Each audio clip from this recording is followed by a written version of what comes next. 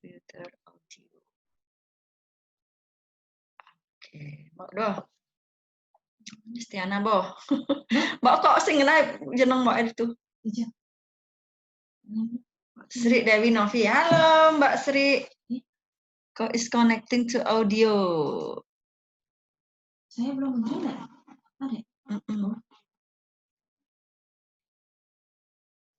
Oke. Ada siapa lagi? Wah, halo. Ibu Sri. Asri Dewa. Ibu Swastini mana nih? Ini video. Oke, tunggu dulu ya. Kita masih tunggu peserta datang ya. Hei, Mbak Udian. Praktek. Ada bidan praktek swasta juga yang join. Halo. Ya. Sebentar ya, Bunda Sri. Lagi ngapain? Ngapain? Wah, si baby lucu banget. Udah ditindek belum?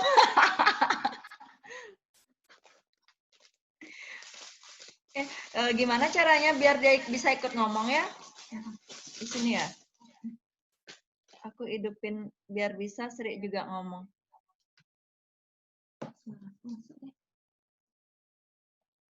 Halo? Oh.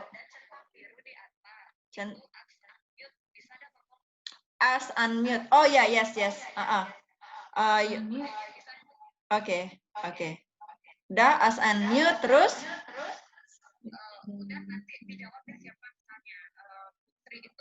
Oh, centang.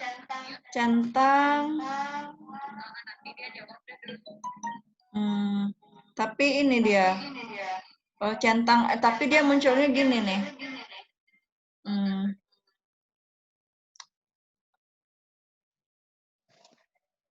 Bentar ya. Kita masih tunggu. Oh, Mbak Ninda Gustia. Halo. Ada Mbak Ninda juga. Ini kemarin Mbak Ninda ikut kelas ibu di tempatku, Mbak Ninda Gustia. Oh, ada Lila. Ada Mbak Lila. Sini dulu Asri. Sini operator. Gimana biar share? Oh, ini ya? Atau kalau langsung coba. Gini ya. Tapi dia harus jawab. Kalau misalnya dia nggak jawab, langsung aja udah. Oke. Setiap dia nggak ngerti, coba boleh dah. Mak tuh harus. Ya. Saya kedengeran di sini. Jadi ya, karena saya saya unmute dulu ya sebentar. Kalau mau bisa juga nih langsung jadi unmute. Ini gimana?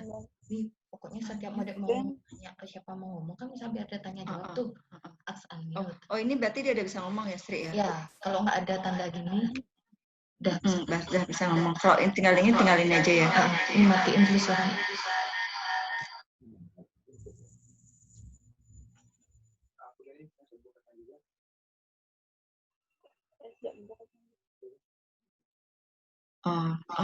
Oke. Bunda Sri sudah selesai masak belum? Udah. Oke. Punya ibu unmute udah nih. Halo. Nih ya. Cece, apa kabar? Di sini nanti chatnya Mbak ya, chat share screen. Ini udah di record. Oke. Ini dia bisa dengar kan dia? Udah. Cece, apa kabar? Selamat datang.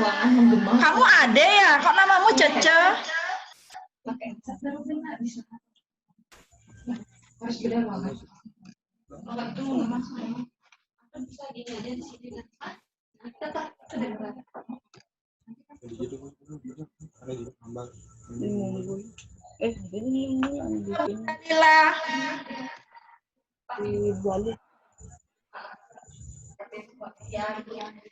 Ade, kamu apa kabar? Ini kok nggak mau hilang ininya ya? Cicinya? Oh, gini. Oke. Kamu apa kabar sayang? Wih, gendut banget. Nah, ini udah ada ya produknya kelas Bumil. Produknya Kak Sumil. Ya, Iya. Aqua Yoga lagi ya. Sebentar ya, kita masih tunggu teman-teman. Mbak Lila, apa kabar? Gendut banget. Kabar baik. Iya.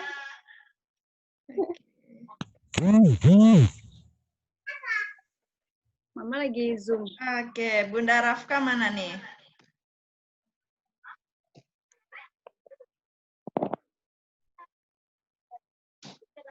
Bunda Rafka.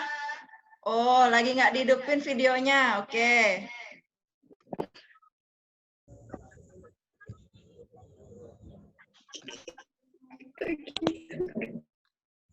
Sebentar ya.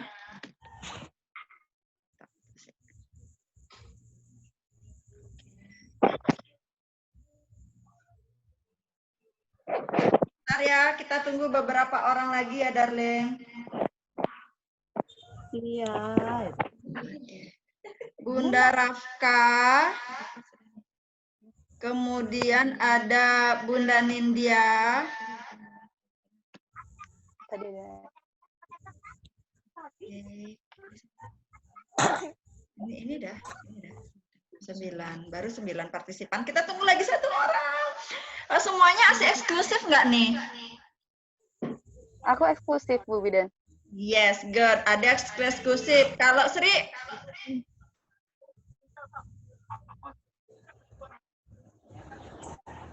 Sri eksklusif nggak sayang?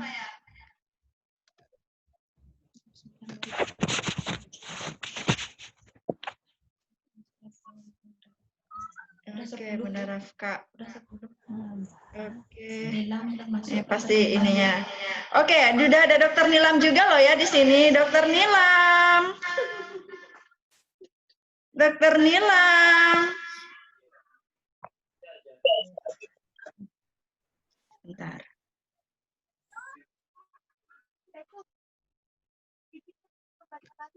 Ya. Oke. Dokter Nilam.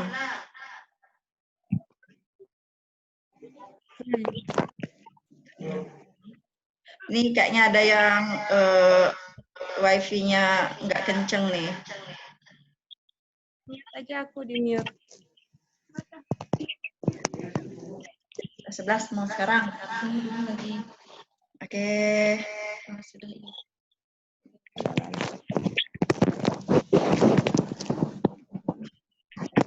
Ya nih bentar lagi. Kayaknya nggak usah di-unmute semuanya deh biar bisa ngomong semuanya. Kan kita kelasnya nggak begitu banyak juga.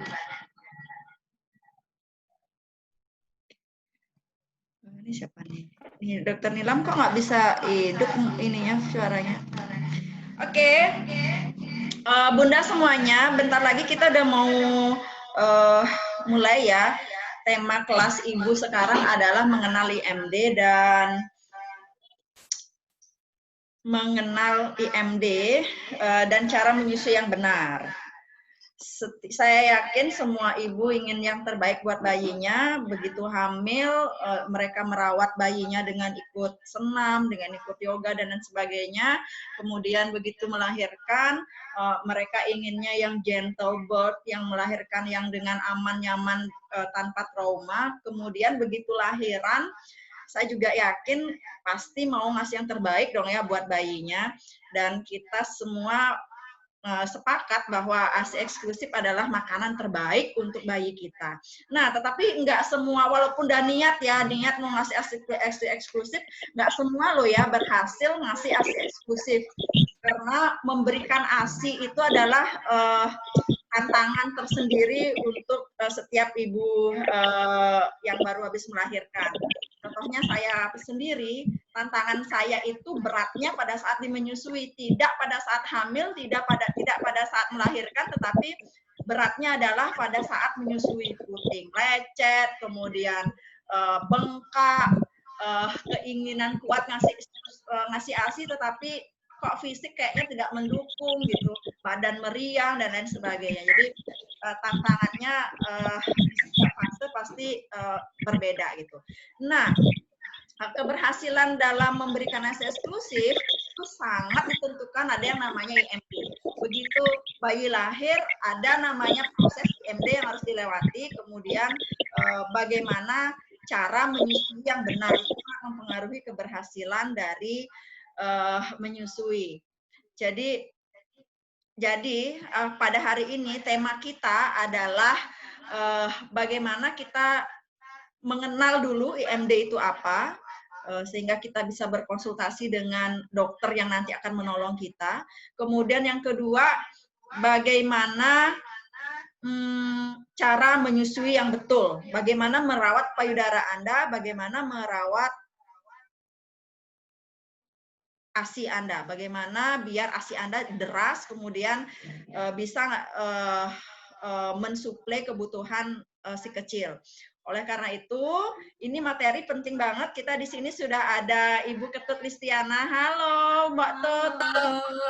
Selamat pagi. Beliau adalah petugas di puskesmas kita tercinta, satu-satunya loh ya, petugas gizi. Dan beliau adalah konselor ASI juga. Beliau sangat concern di bidang ASIAN dan MP ASI, kemudian pokoknya makanan-makanan bayi gitu deh. Nah, sekarang beliau akan sharing tentang ASI eksklusif ya. ASI eksklusif dari IMD kemudian ASI eksklusif. Di sini juga ada Dokter Nilam loh ya. Dokter Nilam. Dokter Nilam lagi bertugas seperti ini, jadi tidak bisa. Oh, Dokter Nilam. Oke. Baik ya. Karena waktu kita nggak terlalu banyak. Kita mulai saja, kita mulai cekidot tentang ASI eksklusif. Cekidot ya, silakan. Materi saya.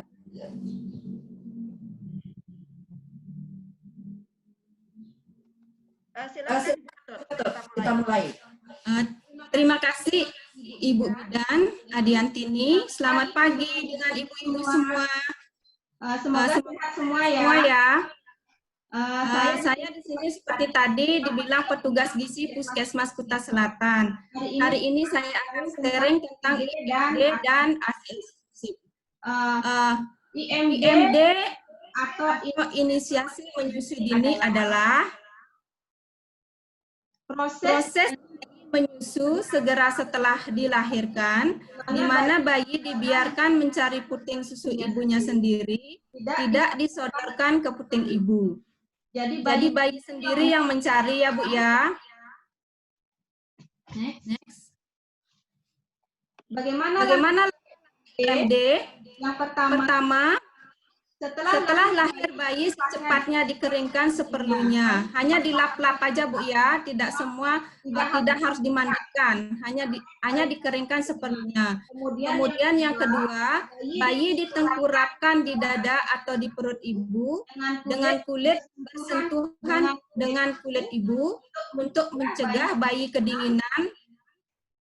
Kepala bayi dapat pakaikan topi, kemudian jika perlu bayi dan ibu diselimuti. Kemudian yang ketiga, bayi dibiarkan untuk mencari sendiri puting susu ibu. Pada dasarnya bayi memiliki naluri yang kuat untuk mencari puting ibunya. Kemudian bayi dibiarkan tetap dalam posisi kulit bersentuhan dengan ibunya sampai proses menyusui minimal 1 jam. Kemudian setelah bayi menyusu, awal bayi ditimbang. Setelah selesai menyusu awal, bayi baru ditimbang, diukur, dicap, kemudian diberi vitamin K dan tetes mata. Next. Kemudian manfaat IMD, yang pertama itu ada kedekatan ibu dan bayi. Jadi bayi merasa nyaman ada bersentuhan dekat dengan ibunya. Kemudian yang kedua, membantu bayi belajar menyusui dan menentukan keberhasilan untuk memberikan ASI eksklusif sampai 6 bulan. Kemudian yang ketiga, bayi mendapatkan kolostrum. Ini yang sangat penting Ibu ya. Bayi mendapatkan kolostrum atau ASI yang pertama keluar, kental berwarna kekuningan, mengandung kekebalan untuk melindungi bayi dari berbagai macam penyakit. Kemudian kolostrum juga membantu bayi mengeluarkan tinja hitam yang pertama. Kemudian keuntungan bagi ibu yaitu mengurangi perdarahan. Kemudian jika dari sejak dini diberikan ASI,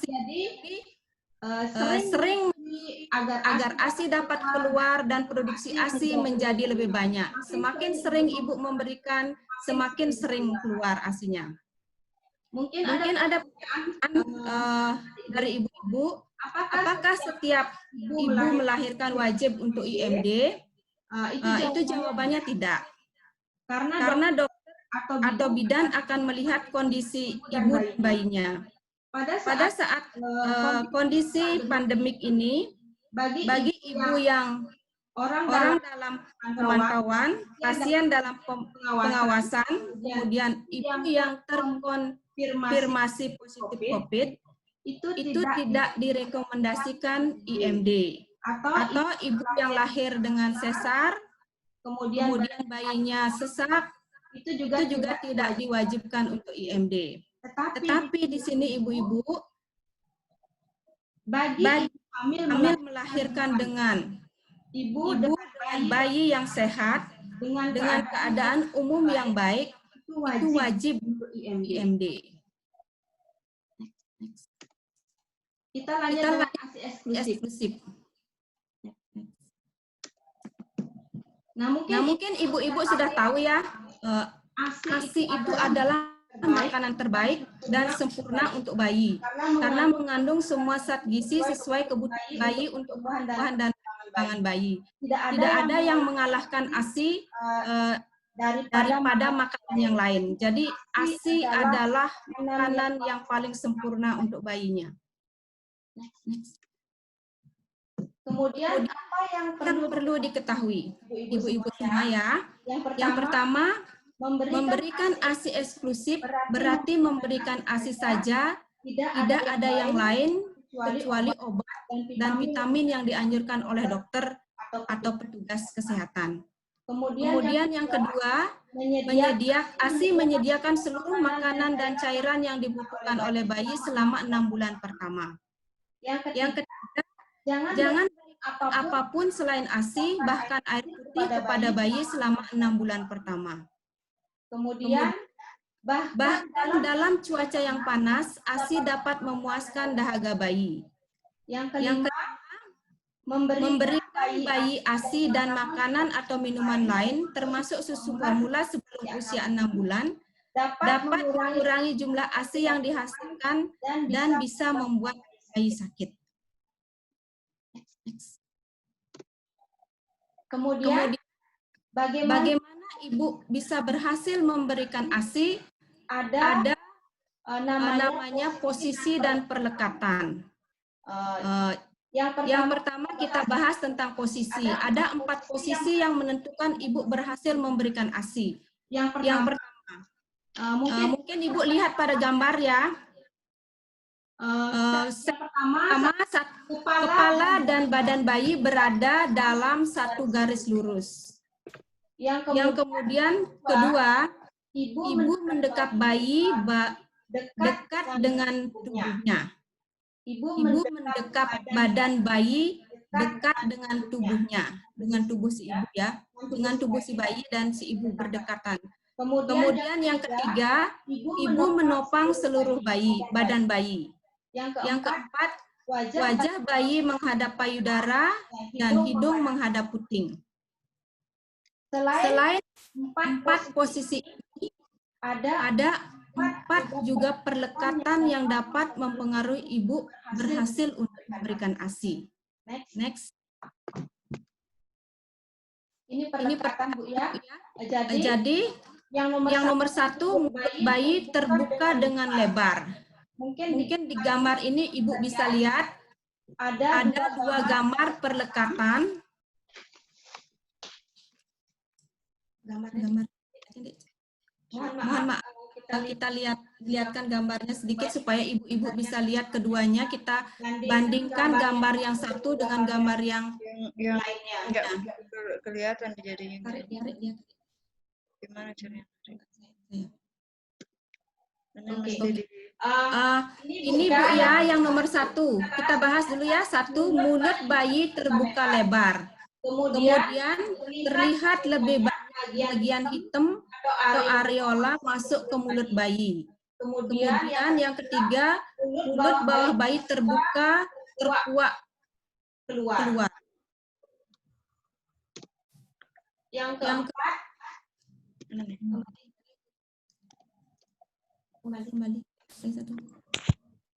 Ya, dagu bayi menyentuh payudara. Di sini ada gambar Ibu ya. Coba kita lihat di sini. Ini gambar perlekatan yang bagus. Kita lihat pada gambar di mana mulut bayi ini terbuka dengan lebar. Masuk sebagian besar areola yang bagian hitamnya itu masuk ke mulut bayinya. Kemudian bibir di bawah itu terkeluar ya. Kemudian dagunya menyentuh payudara ibu. Nah, itu perlekatan yang benar. Kadang-kadang kan ibu ada yang menyusui hanya sampai di puting aja. Berarti itu perlekatannya belum benar ya. Mungkin bisa nanti dipraktekkan dengan melihat gambar dan tata cara 4 perlekatan yang benar ini.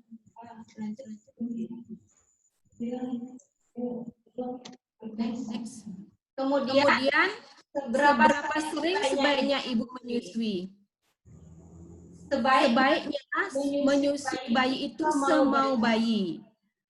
Siang dan malam paling kurang 12 kali dalam sehari. Tetapi tidak harus demikian. Kapan bayi minta, Ibu kasih. Ya, kurang lebih 8 sampai 12 kali sehari. Kemudian pemberian ASI yang sering dapat membantu meningkatkan produksi ASI. Nah, di sini sering sekali pertanyaan ibu-ibu, kenapa ASI saya sedikit? Nah, di sini adalah salah satu jawabannya. Di samping ada jawaban yang lain, yaitu pemberian ASI yang sering dapat membantu meningkatkan produksi ASI. Kemudian yang ketiga, terus menyusui sampai selesai dan bayi melepaskan sendiri payudara yang disusui. Kemudian berikan payudara yang lain sehingga bayi mendapatkan ASI awal dan ASI akhir. Maksudnya ya. Jadi kalau ibu menyusui payudara yang satu, jadi biarkan sampai selesai, sampai habis payudara itu, baru pindahkan ke payudara yang lain. Karena di dalam menyusui dalam payudara yang satu itu ada namanya ASI awal dan ada namanya ASI akhir. Di mana ASI awal itu banyak kandungannya air, gunanya untuk supaya dahaga bayi itu bisa hilang, terpuaskan. Kemudian sampai nanti dia dapatkan ASI akhir itu ada banyak kandungan lemaknya sehingga bayi itu akan merasa kenyang. Merasa kenyang, kemudian sehingga berat badannya akan meningkat. Banyak kandungan lemak, bayi merasa kenyang, kemudian pada akhirnya berat badannya bisa meningkat. Kemudian ibu bisa mengetahui apakah bayinya mendapat cukup ASI atau ibu berhasil memberikan ASI. Jika pipisnya berwarna kekuningan paling kurang 6 kali sehari dan berat badannya bertambah sesuai dengan kenaikan minimal pada KMS. Lanjut. Kemudian bagaimana mencegah kesulitan pemberian ASI yang umum terjadi? Nah, mungkin banyak ibu-ibu yang belum tahu bagaimana tadi posisi dan perlekatan, Ibu ya. Jadi posisi dan perlekatan itu menentukan keberhasilan ibu memberikan ASI. Kalau posisi dan perlekatan sudah benar, kemudian ibu sudah cukup makan yang bagus, istirahat yang cukup, tidak stres, jadi mudah-mudahan pemberian ASI itu bisa berjalan dengan baik. Kemudian jika puting susu retak, ada sering pertanyaan ini ya Bu ya, jika puting susu retak atau luka, olesi dengan ASI Bu ya, diolesi dengan ASI. Kalau tidak bisa sembuh, konsultasikan ke dokter atau bidan. Mungkin ada penyebab lain yang menyebabkan, apakah mungkin karena jamur atau apa, bisa Ibu konsultasikan ke dokter atau ke bidan.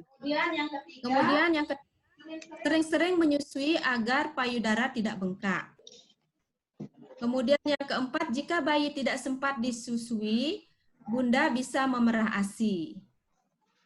Kemudian ASI perah dapat disimpan selama, ini kemarin ada pertanyaan di chat WA ya Bu ya, ASI perah dapat disimpan selama 4 jam di suhu ruang normal, yang suhu ruang biasa ini, dengan kondisi alat-alat yang steril. Kembali ke awal, kembali. Materinya, back. Ya. Pada suhu normal, suhu ruang biasa, dengan alat yang steril, jadi ASI itu bertahan sampai 4 jam.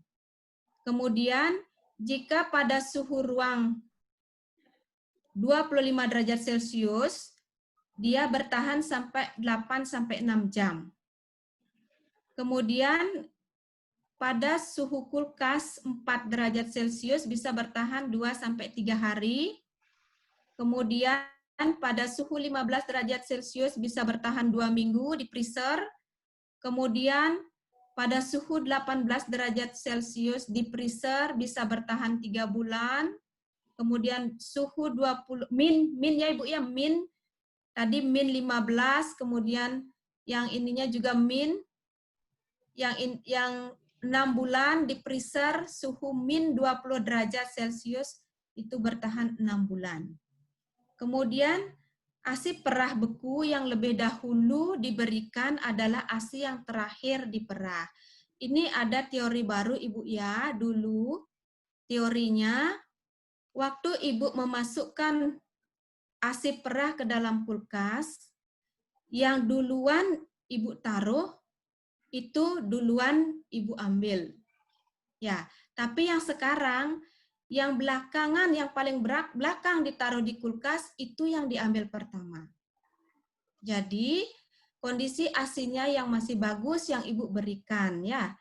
Jadi, yang terakhir ditaruh di kulkas, pertama dikeluarkan.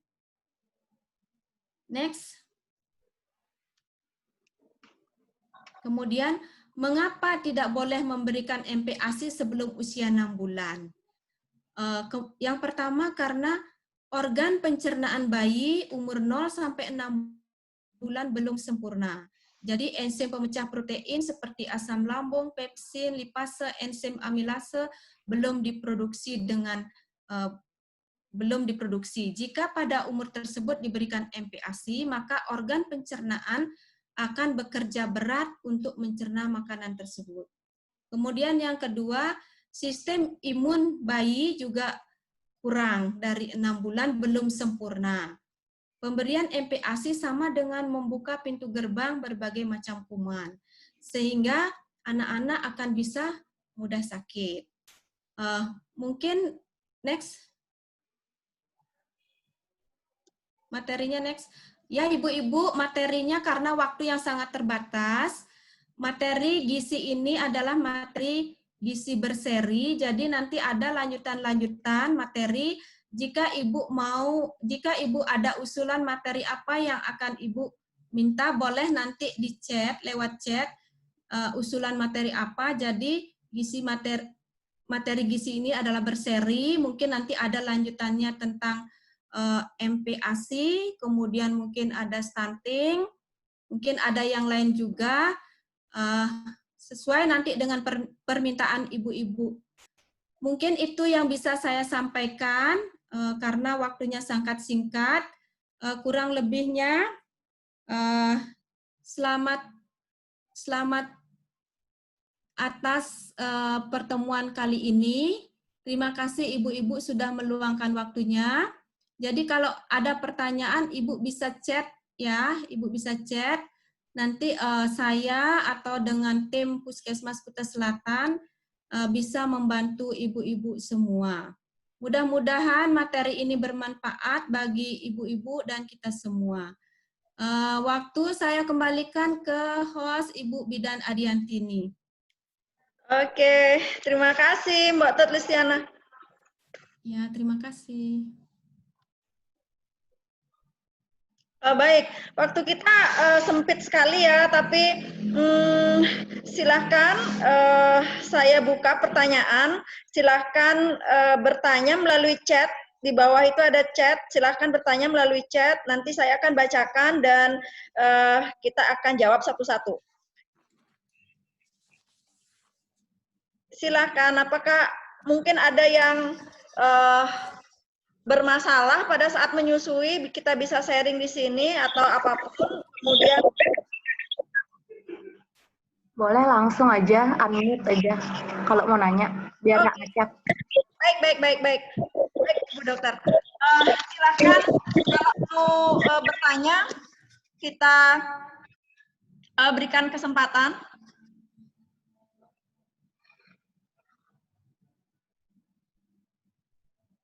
Oke.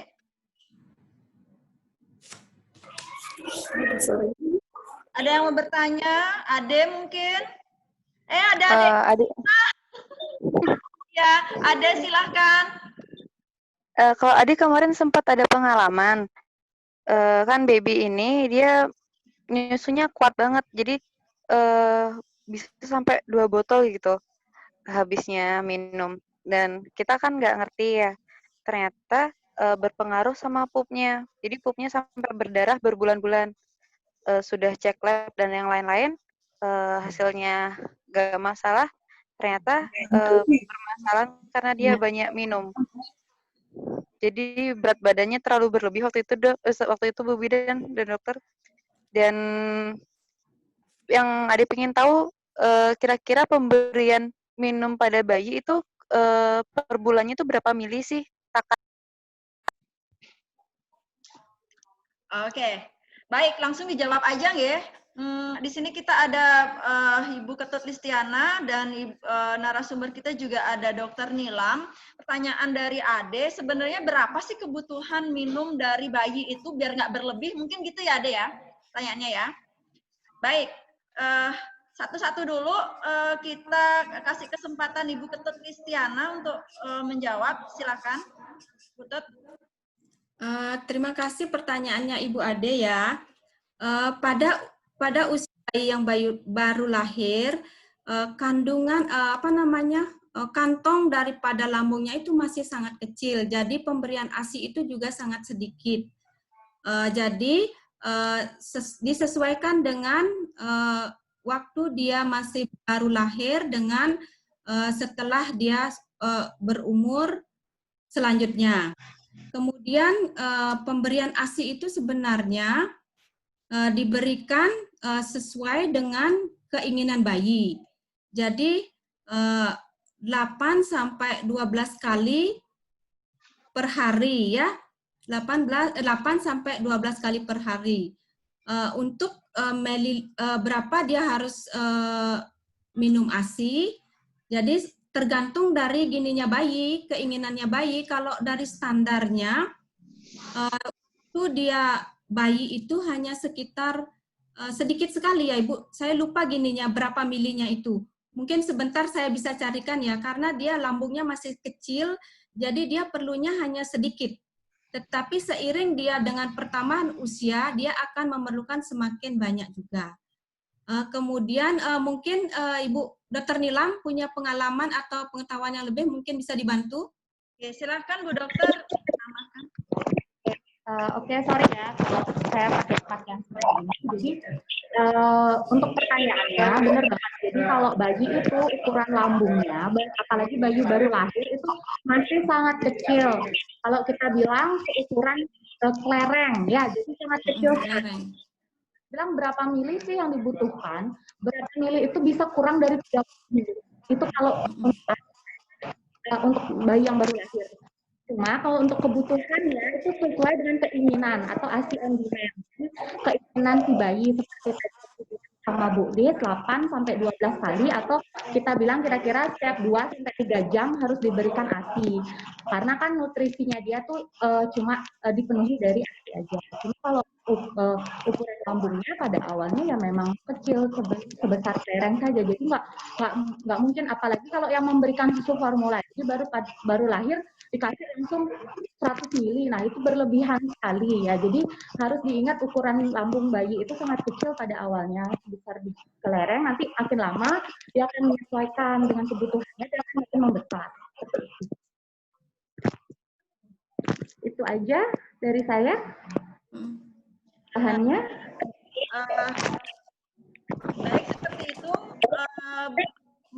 Bunda Ade, gimana? Mungkin ada dari teman-teman yang lainnya ingin sharing juga tentang kebutuhan ASI, kami persilakan.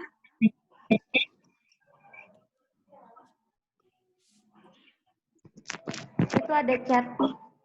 Ada chat ya? Oke, baik, saya bacakan. Ada Bunda Rafka ya. Selamat pagi, Bu. Mau tanya, saya cuma bisa menyusui dengan payudara sebelah. Karena waktu itu dibilang sama perawatnya payudara yang sebelah kanan putingnya pecah, jadi tidak baik untuk dikasihkan ke bayi. Yang saya mau tanyakan, payudara kanan saya itu masih boleh dipompa, sedangkan untuk menyusui ke bayi saya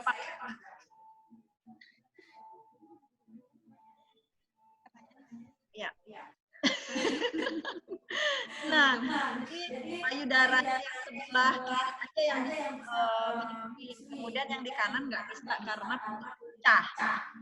Jadi bagaimana? Apakah payudara yang di kanan masih tetap bisa dipompa, ataukah untuk dikasihkan ke bayinya ataukah tidak?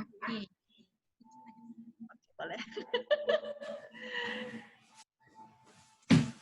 Oke, maaf Ibu ya, karena tadi saya tidak dengar pertanyaannya. Jadi tadi pertanyaannya katanya payudaranya yang sebelah itu pecah, apakah bisa melanjutkan memberikan ASI gitu ya? Sekarang kita lihat pecahnya seperti apa Ibu ya. Kalau pecahnya itu bisa disembuhkan karena ASI saja, Ibu olesi dengan ASI, sebenarnya Ibu bisa memberikan ASI, menyusui atau memompanya. Tetapi kalau pecahnya itu berlanjut, kemudian sembuh, jadi Ibu harus konsultasikan ke dokter atau ke bidan untuk mendapat penanganan. Apakah mungkin karena bisa jamur penyebabnya atau apa, sehingga nanti Ibu bisa kembali memberikan ASI, payudaranya bisa sembuh putingnya. Mungkin itu jawaban saya, Ibu. Mungkin ada ibu-ibu yang lain bisa sharing? Saya tambahkan ya. Ya. Silakan, Dok. Para perawatan payudara sebelum melahirkan ya. Jadi mungkin karena proses hormonal, jadi agak lebih sering. Jadi itu yang bisa bikin gampang pecah, gampang lecet atau gimana. Jadi perawatan payudara sebelum melahirkan itu sangat penting. Nah, terus kalau misalnya seandainya lecet atau gimana, itu bisa diobati kayak tadi katanya Bu, bisa pakai ASI dulu biar dia lebih lembab, biar nggak kering. Dan apakah boleh menyusui? Ya boleh. Kalau misalnya sudah membaik, tidak nyeri, boleh. Apakah boleh dipompa? Ya boleh. Boleh jawabannya. Itu aja. Oke. Baik. Baik, kayaknya pertanyaannya cuma bisa kita jawab 2 aja ya, karena waktu Zoom kita ini terbatas banget, tinggal lagi 3 menit, tinggal lagi 1 menit, kita perlu foto bersama nih, foto bersama. Ayo Bu Bidan Asri. Coba semuanya video. Videonya. Oke, videonya supaya kelihatan. Tolong dihidupin dong sayang. Videonya, ininya, fotonya. Oke, biar kita cantik kelihatan itu. Enggak. Oke, Mbak Tika, ini siapa nih? Budi Astari, Rea, Desi, Dina. Ya, saya capture ya Bu. Ininya dong. Fotonya biar kelihatan cantik, kita mau fotoan nih. Ya, saya hitung sampai 3 ya. 1, 2, 3. Lagi dong. Ih, bayinya lucu banget. Lagi. Budi. Ibu tetap senyum ya, saya capture sebanyak-banyaknya.